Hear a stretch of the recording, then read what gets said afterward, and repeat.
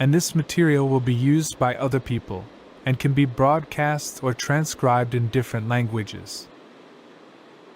In a few years, when I say a few years, I'm not saying how many years, but in a few years, I'll be known in every country in the world. Now this material will reflect the beginning of this whole movement, and the people who will be in charge of distributing it, in one way or another, will be in a vibration that will enable them to understand the whole plan linked to it. Whereas today, as I said earlier, I'm leaving the material in the hands of Mr. X so that it remains anonymous until the day I cease my activities, but you will still have access to the material through Mr. X. Then I'll get the evening started. There are certain things that the man of the future, when I speak of the man of the future, I'm talking about those men and women who, over time, will become conscious in the sense that their consciousness will no longer be psychological, but vibratory. These men, who will have this vibratory consciousness, will understand things that cannot be understood psychologically, and it is this vibratory understanding that will define the limits of the fifth race with the sixth. You can already begin to understand what I mean.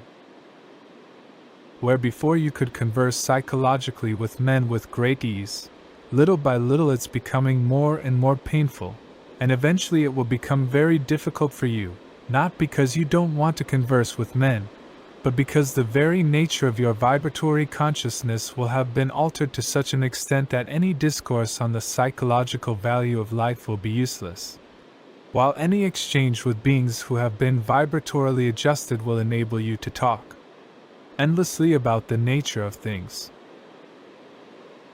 And the condition of this new equilibrium is not a condition established by man, but one established by the forces that penetrate man, and it is precisely because of this condition, which is supramental, suprahuman, but also, at the same time, totally united with human consciousness, that man will eventually be able to understand infinity, to enter into direct intelligence with the intelligences that roam the supersensible worlds, and for the first time to open up, on this planet, fields of activity that today seem like science fiction to man who bases his awareness of reality on reason. We don't have much time, in other words, humanity doesn't have much time to grasp the vibratory nature of consciousness. And it's because of this very short time that movements are springing up all over the world today, to enable, in the 90s, a very great affiliation between men belonging to different systems of thought, to different systems of intuitive philosophies, who must one day or other unite, rally in a vibration that is the one you are beginning, today in Quebec, to grasp. The reality of the future is not in your hands. The conception, the understanding, the way of seeing, the way of realizing, the way of projecting is entirely beyond your capacity today, because you don't yet have the vibration.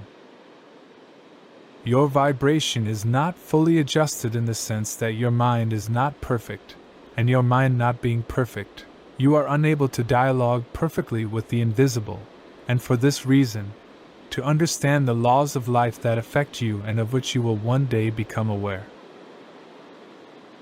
There's an extremely vast, extremely concrete element in the movement of universal consciousness on the planet that you need to understand, and that element is lying.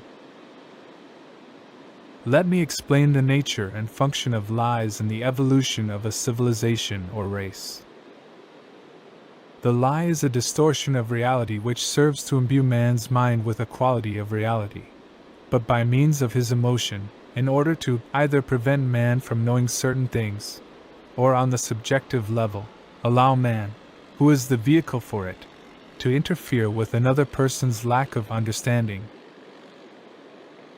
Lying, in itself, is extremely simple, extremely complex, extremely necessary, and fundamental to the evolution of every civilization in every cosmos. No civilization, in any cosmos, is free of lies. Whether the lie is on a global, cosmic level, or whether the lie is the individual psychological expression of a man, the lie is always governed by the same law, that of reducing to a minimum the distance of another ego for the pursuit of the evolutionary laws of one form of intelligence or another. Let me give you a personal example. You have a child, you have a girlfriend. The evening before, you went out with someone else, and the next day you're asked, "Did you go out yesterday?" Then you say, "No." You say no, because if he were objective, you could say yes. If he had no emotion, you could say, "Yes, last night I went out, I had fun with such and such a person." And being objective, you'd say, "Well, did you have fun?" You'd say, "Yes."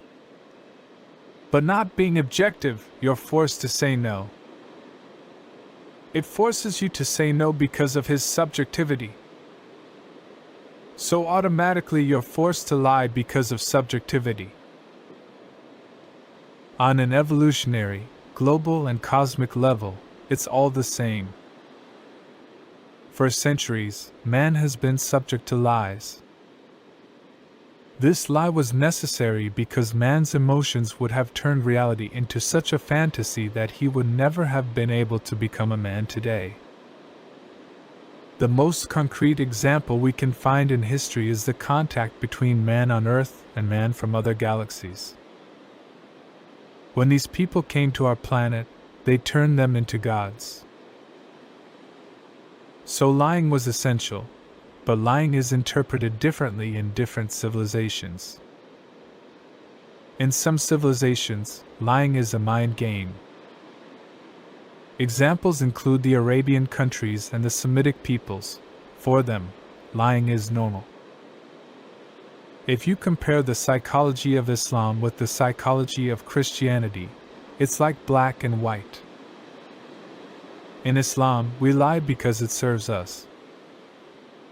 In Christianity, we don't lie because it's not good, it's not beautiful. So the psychological reason for lying in different parts of the world is different. And people who don't know the laws of lying and the relativity in which they evolve are incapable, on their own, of escaping the vibration of lying, which lies in emotion, and automatically suffer from it. And the first pain, in the ego of man who suffers from lying, is guilt, remorse for having lied. And these are absolutely idiotic forms, absolutely primitive, absolutely backward, but they were essential when man had emotions, in order to prevent man, and then humanity, from lying to each other, in order to prevent humanity from delaying the psychological equilibrium of its civilization, delaying the essential relationships between men, between governments, between tribes, between societies. It's essential. And yet today, in the Western world, through the medium of television, we are lied to every day, in marketing, in products. A product is presented to the public as being the best in the world, and this is not true. Today, modern man has become more flexible in lying and doesn't suffer as much from lying on a moral level, but he does suffer from it, today, now more than ever, on an emotional level. So that today's humanity becomes more and more tense, becomes more and more worried, and becomes more and more anxious, because the more you lie to someone, if he doesn't understand the nature of the lie, why you lie, the law of lying, then over time, he becomes more and more depressed, because over time, he loses more and more the ability to establish with the one who lies to him exact, precise, and totally fraternal relationships. Hence the great loneliness of modern man. Hence the great anxiety of modern man, who has to face up to all the extraordinarily complex systems that fall upon him every day and lie to him. The man of tomorrow, the man of the sixth race, the supramental man, the man who has transmuted emotion into spirit, the individualized man, the crystallized man, the self-centered man, doesn't suffer from the lies of others, because first of all he knows that he is being lied to. Since he has no subjective emotion towards others, because he has no subjective emotion towards himself, the lies of others towards himself are unimportant, because lying becomes a mind game for him. Being in touch with spirit, he can easily know from spirit that someone is lying to him. Knowing that someone is lying to him, he no longer suffers for not knowing. So automatically, he has another security of his own, which serves to amplify the certainty he has that everything that passes between two men, everything that manifests itself on the level of language between two men, is always a game of the mind. And when man understands that relations between men are in fact relations in the games of the mind, he no longer suffers from men. He can simply suffer from the spirit. And when man begins to suffer from spirit, he begins to become aware of the spirit. And when he becomes aware of the spirit, he becomes more and more intelligent, because he gradually begins to understand the laws of the spirit, and it's at this point that he begins to develop another psychology, which is supramental psychology, or the psychology of the higher spirit, which enables him, once and for all, to destroy the forms that are at the very root of lies and to free himself on the psychological level. Because on the vibratory level, he is already in tune with the universal spirit. Man turns towards himself, enters himself, lives in himself, is in himself. All that matters is himself, not on an egoic level, but on the level of vibratory consciousness within him. And if he turns his gaze outwards, if he looks at the world falling into decay, if he looks at civilization falling into decay, it doesn't matter to him anymore, because he's no longer influenced, he's no longer weakened, he's no longer disgusted by the lie of decadent society. And, at that point, having to continue his dialogue with man, because dialogue, communication, is the very foundation of the description of the relationship between spirit and man, through men he finally turns to beings who are in tune with him, who understand him, who understand the laws of lies, who understand the laws of spirit, and at that point, man begins to build on the crumbled foundation of an old, materialistic psychology, the foundations of a new, vital, powerful, creative, indestructible psychology. And as time progresses, this psychology spreads throughout the world, because it is not controlled or directed by the laws of man. So the sixth race spreads, understands, sees, feels, and looks at itself, and undertakes, within itself according to the creative vibratory power of its members, to develop civilization according to the laws of unity, according to the laws of universal consciousness. What I'm telling you today, you'll understand. And when you understand it, you will understand me. And when you understand me, you'll understand yourself. And when you understand yourself, you'll be alone, not because you want to be alone, but because solitude is the only real popularity at home. When you're alone, you're fine, because then you don't owe the other anything, you exchange. And just as in the old civilization, man owed something to others, so in the new, man will exchange with them. And it's in the mechanism of exchange that man will come to know the great virtues of the other, and realize, within himself, what he can give to a society of which he is not precisely the active agent, but rather the channel. So the lies, not the Christian lies, or the Islamic lies, or the Buddhist lies, the lie that is defined in the law as the vibratory refinement of reality through form. When you understand it, you will be free of it, and at that moment, you will be in knowledge. And when you're in knowledge, you'll see that what you'll be is not what you think you'll become one day. Knowledge is not what you think it is, and it's none of your business what knowledge is. What is your business is the consciousness that gives knowledge. As long as you're looking for knowledge, you're outside knowledge. You can't look for something without being in it. It's a contradiction of the spirit.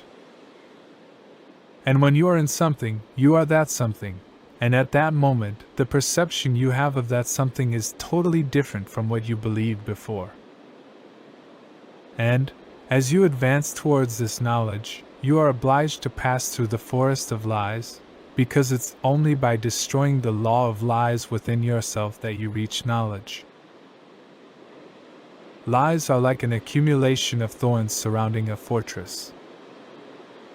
Knowledge, on the other hand, is protected by lies, and it's only when man manages to overcome this crown of thorns around the fortress that he is totally free of this crown, and enters easily, smiling, into the fortress of knowledge.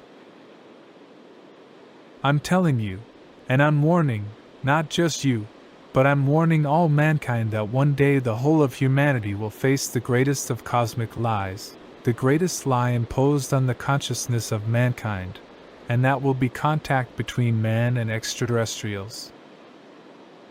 The psychological power of this lie on mankind's consciousness will be so great that a large part of humanity will lose control over itself and become fodder for superior intelligences coming to the planet in search of a humanity that will serve their needs, instead of coming to the planet to meet mankind, at last. Those who have overcome the lie and understand the law of lies will see other entities, and it is these entities and towards these entities that they will move, and it is with these entities that they will work to build a new civilization. But you can't know without fighting the lie. And when I talk about fighting the lie, I'm not talking about fighting the lie in the traditional form of the battle of truth against falsehood, the battle of light against darkness, the battle of beauty against ugliness. I'm talking about that state of mind which enables man to be totally above the polarity of the forces directing the evolution of the universe, the great neutrality. The direct contact between man and the forces directing his evolution which are part of himself. And it is only then that man is able to work with forces, whether positive or negative, and never be tainted by them. And very few people will be able to live this experience, because it is totally outside the form. The most important things in the evolution of systems are always hidden, and can only be understood once we've walked the path, which naturally leads us to their understanding.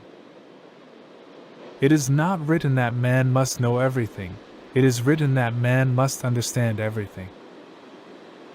And when man understands everything, he knows everything, but it's not the same knowledge, it's a knowledge that's different from what he thinks it is. That's why the illusion of knowledge is so vast. The lie is so pervasive on all planes of reality, even the spiritual ones, that man himself is incapable of knowing that he knows. And it's when we know that we're sure of being sure, and it's then that man becomes superior to himself, and is able, at that moment, to work with any intelligence coming from anywhere in the cosmos, and to enter into friendly, universal, constructive, creative relations with this intelligence, which serve the evolution of the cosmos and not the perdition or destruction of one civilization or another. Tomorrow's man will have to completely relearn what he knows. Science will have to completely overturn its vision of things, because what will come tomorrow is no longer part of man's domain, but is part of the galaxy's domain, and the galaxy's domain is far ahead of man's domain in time, so that for those of us who are now beginning to advance towards vibratory consciousness, the essential thing is to be able, with great sensitivity and as much humility as possible, to listen to what we have to hear from our disposition, to listen to words that don't come from man, but from the planes with which man can be linked. And this is man's way out, and the corridor is very narrow, because the corridor must be narrow. Man must totally relearn what he knows, must totally reclaim what he has lost. He has to recapture what he is no longer able to feel. And it is through this penetrating vibration, every day, every week, every month, every year, every decade, that man eventually comes to contemplate in a conscious, positive, visual way the intelligences that direct evolution and are at the very basis of all the great vital conceptions we call the cosmos. As long as we think, we are unable to see. And this new position, this new awareness, is essential, because it's part of a new evolutionary cycle. And even if man refuses, or doesn't want, or worries, or is anxious about losing what he has conquered with great difficulty, what he has tried to keep safe, for security, for centuries, one day he will have to erect a new temple at the end of the old race. As individuals with whom I speak, I tell you that what you know today, what you feel today, is a small aspect of what one day you will know, and you must, little by little, move towards this, without turning your lives upside down with the emotion of what you think you are, or the emotion of what you believe you are, or the emotion of what you conceptualize. I always speak to you 5 years in advance, and in 5 years you'll understand clearly what I've told you 5 years before. The reason I speak to you 5 years in advance is to prevent you from subjecting your minds to a manifestation of power. As long as your minds are not subject to the manifestation of a power, your minds grow on their own. If time were to be brought forward and power were to be used to accelerate the development of your vibration, it would be done, but it's better for you to move forward in your own energy than to move forward, backed by my force. This is why the time ahead of you is long, and it will be long, but at a certain point it will no longer be long, because time will no longer exist. When it no longer exists, your vibratory consciousness will be sufficiently elevated to enable you to live each day in the ever-increasing penetration of this vibratory consciousness, which one day will bring you into contact with reality. The lie, the understanding of the lie, is essential. One day or another, you'll find yourself forced to lie, and when you're conscious of your act, you'll also have the understanding of your act, and you'll see that the lie you're forced to make will be essential to prevent you from wasting energy for nothing. It will no longer be a moral lie. It will no longer be a psychological lie. It will be a psychological formula that serves to save you from wasting energy, because then you won't have any more energy to waste. When two people are on the same wavelength, lying is unnecessary. When two people are on different wavelengths, lying becomes essential, in certain cases when emotions are running high, and every one of you has lied in your life. I'll continue. The people, men who are closest to understanding certain things at the level of the spiritual life, are those who will have to understand the law of lies the most, for two very simple reasons. People who have advanced along the path of astral understanding of forms, those who have advanced along the esoteric path, the occult path, have developed, within themselves, a certain vibration. But these same people, at some point in their lives, will be obliged to reconstitute what they have learned through inner intuition and the inner mechanisms of astral consciousness, in order to free themselves totally from the form, whether spiritual, universal, or absolute, of their experience. Men who have been in contact with spiritual masters, who have understood occult or esoteric or veiled aspects of spiritual consciousness, will, at some point in their future lives, have to totally reconstitute the domain of their knowledge by being obliged, by themselves, to destroy the form that served their spiritual evolution.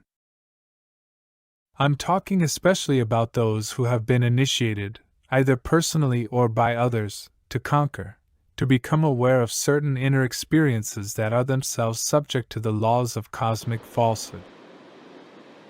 For those who haven't had these experiences, the problem doesn't exist on this scale, but rather on the scale of moral psychology, and work on them will be essentially less thorough in this direction.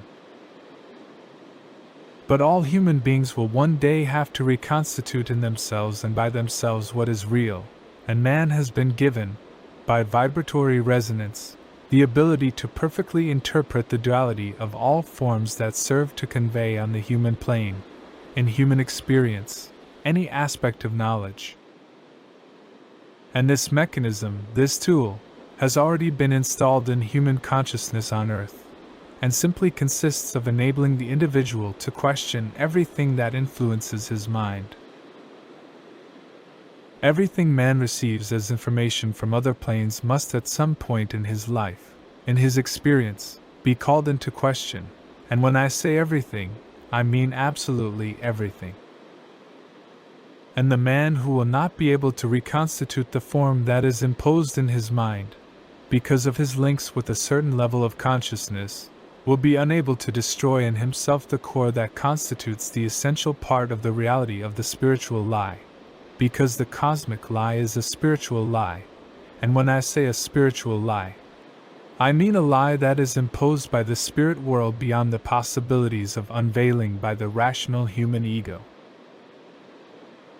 The vibration I'm transmitting to you this evening is essentially formulated on an energy level to enable you, at some point in the future, to recognize, within yourself, a single judge of all that is sent to your mind and which must constitute, for you, one form of knowledge or another. And it is in the power of this vibration that you will find within yourself the vibratory capacity to thwart all the senses, all the contradictions and all the contradictions of the spirit on your mind, so that you can one day be totally liberated from knowledge coming from entities, intelligences, outside yourself. When you are free of these communications, these formulations, these forms, even though these forms are uplifting, spiritualizing, you will, at that moment, have the ability to receive the burden of knowledge on your own shoulders. But the burden will not be psychological, because you will no longer be attached to form. And from then on, you'll have very strong shoulders, enabling you to give those who come after you a form of knowledge that will be directly linked to the vibration of the soul you've known throughout this pilgrimage through the immense forest of lies.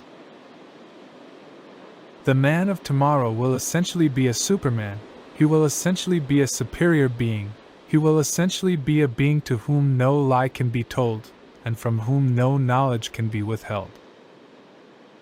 But in order to reach this stage of mental perfection, this man will have to recognize in his experience, in the course of his evolution, intuitively, later vibrationally, this energy within him, this vibration within him, which lets him know that what he receives is not right, that what he receives is conditional, that what he sees is not right, that what he sees is the apparent face of a reality that is much deeper and much more vast, but a reality whose weight he can only bear when emotion and spirit have been totally separated.